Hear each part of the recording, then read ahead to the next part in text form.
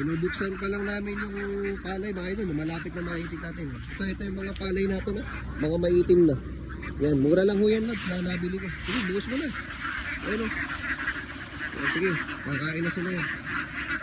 Para ba kakain, nakakakawa. Ay mga alaga natin mga itik. Sobrang nakakakawa. Isa, dalawa, tatlo, apat, lima, anim, pito, walo, siyam, sa yan, 13 ho na itik ang namatay mga idol. Dami.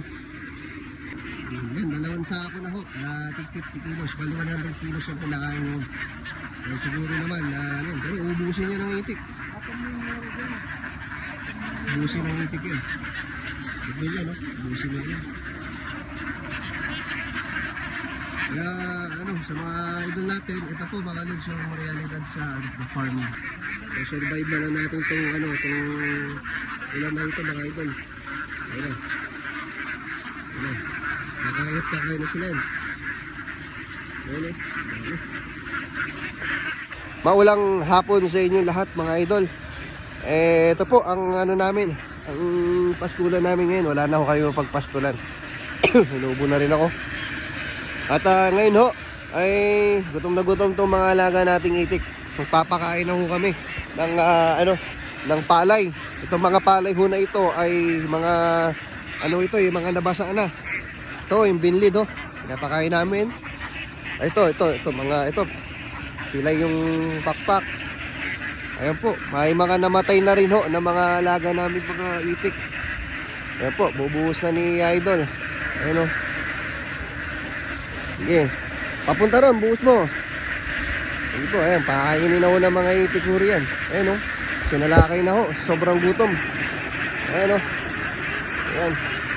Ayan. Ayan ho, ayan ho. Ayan, gutom na yun. Namaya pa yung ibang mga itik natin mga idol dahil wala na. Tapos walang tigil lang ulan. Kaya pakarami. Then ayun, pinupulot naman ng dalawa, mga patay. Hindi natin masasabi mga idol kung ilan pa ang mga alagang itik natin. So ito ho yung realidad ng pagalang itik mga idol. Ito ho ang realidad namin dito. Ayun o, kakainin na ho nila yan. Sobrang gutom na. Ano na ho yan. Gaya-gaya po tumaya na yan. Ayun, nagtawag na. Ayun o. Ayun o.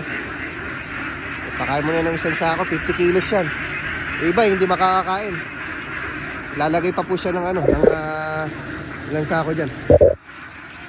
Wala na mapagpastulan kasi mga idol eh. Ayun o, mapatay o. Papakita ko sa inyo yung mapatay. Ayun. Ayun o. Ayun o. Ayun o. Talagang ano na sila. Tigil. Ayun, ito to, papapakain pa natin yan mga idol. Nagpapakita ko sa inyo. Ito. Talaga yan.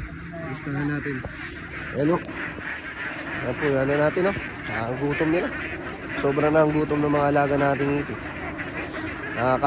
Nakakalungkot tignan. Hindi lang ho tao lods ang apektado.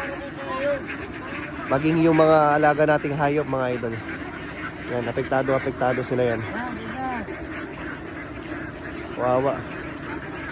Ayan, wala rin silang sumasilungan. Ayan po. Ano masasabi mo? Ano masasabi mo idol? Yan, kaya dito namin sila nilagay mga idol muna para pakainin. Yan, para may silungan yung mga yan. Para hindi maganda talaga sa itik baka doon siya nauulanan. Yan. Ayan. Duncho, tabi ka dyan, Duncho. Ube mo, makakain sila. Kung bulabugin.